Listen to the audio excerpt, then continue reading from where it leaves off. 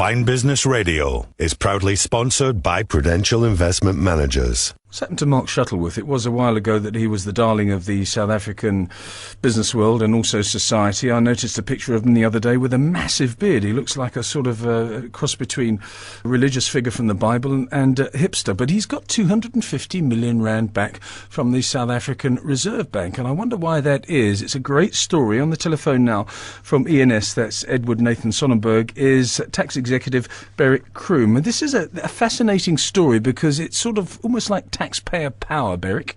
It is. It's an important decision, Lindsay, because you say that he's got this money back. He hasn't got the money yet. I think it still has to be ratified by the Constitutional Court. But he will get it, and he will get paid interest. And what's the background to it? Give us a sort of a Mark Shuttleworth tax-paying history 101. The synopsis really is this. He as you know, he sold the business and realized a substantial amount. It was like 4 billion rand. Yeah.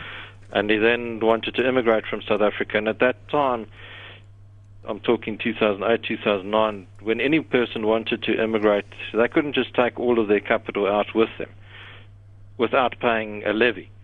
And Mark took the decision to immigrate. It looks like he paid 165 million at some point. That wasn't before the court.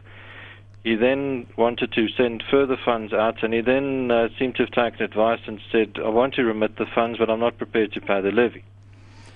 And that levy that Reserve Bank imposed was 250 million. Yes. And he paid that under protest, saying, I'm paying the levy because I want to send the money out, but I don't think it's right to pay. So he laid the groundwork for the dispute, paid the levy in 2009, which was the rules at the time. And then, in fact, the following year, in November of 2010, Reserve Bank relaxed exchange control to some extent, starting to change things that immigrants could basically take money out and not having to pay the levy.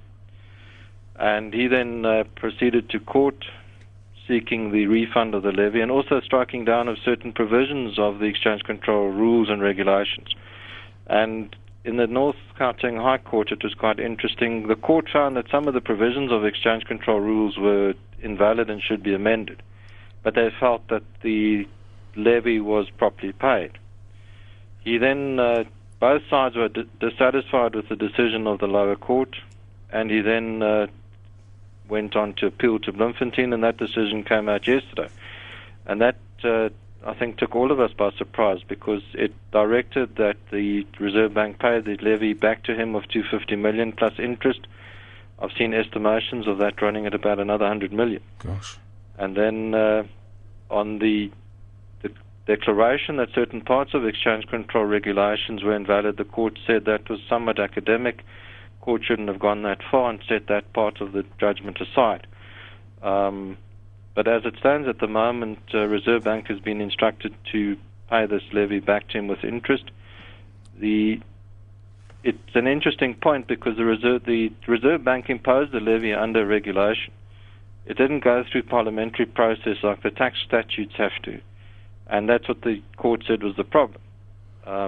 That it really was, it is in the nature of a tax, but it didn't comply with the constitutional requirements for imposing a tax. And for that reason set it aside. The Constitutional Court now would have to ratify that. It seems that it's automatic, that the case will automatically go to the Constitutional Court for ratification. And the question that arises is those other persons who paid the levy when they immigrated, can they now try and recover the levy from government? Quite interesting, isn't it? Because I suppose you're tempted to say, as a young person, I've got 4.2 billion. I've just sold this industry that I created. I've only been doing it for 2 to 3 years. 250 million. I want the hassle. He's obviously a diligent man, and he's not only made a stand on the money that he was owed, and obviously is owed, otherwise the court wouldn't have ruled in his favour, but also maybe sort of sets the tone and maybe has changed tax law in South Africa. I think it is an important judgment. I think there's no question about that. But what I also found interesting is that in his press release after the case, Mr. Shuttleworth said he's not wanting this to keep the money for himself. Yes. And he's going to effectively donate that to a trust to be created for funding constitutional litigation to protect citizens of this country. Oh. Who's messed up here, do you think? I mean, who's been less than diligent in this whole matter? Because, I mean, this issue must lie at the door of the Reserve Bank and the Treasury. The way it should have been done would have been to introduce a specific statute as a money bill, which is what the court referred to, which has this particular process that has to be followed in Parliament for it to be adopted. That didn't happen here. What are the implications? Well, as I say, the levy itself that was paid is unlawful, effectively. Yeah. And the question is that the judgment refers to the fact that the levies of this nature amounted to a total of 2.9 billion. Can those persons who paid that levy now come knocking on Reserve Bank's doors for that? It's questionable. Because, I mean, at the time they paid that willingly because they wanted to remit their capital from South Africa. It's only now with this judgment that it appears that that payment was in fact ultra vires. So it raises an interesting legal question on two grounds.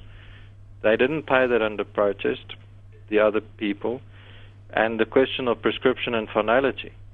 Because generally in commercial law, where there's a debt due by one party to another, that expires after 3 years. But in this case, it's only now with this decision that these other people would have become aware that the levy that they paid, believing it to be payable, is in fact not the case. Interesting stuff. I mean, it's very technical, but I get the principle of it, and there may well be implications in the future for other cases. Beric, thanks so much for making time this evening. That's Beric Croome, Tax Executive at ENS.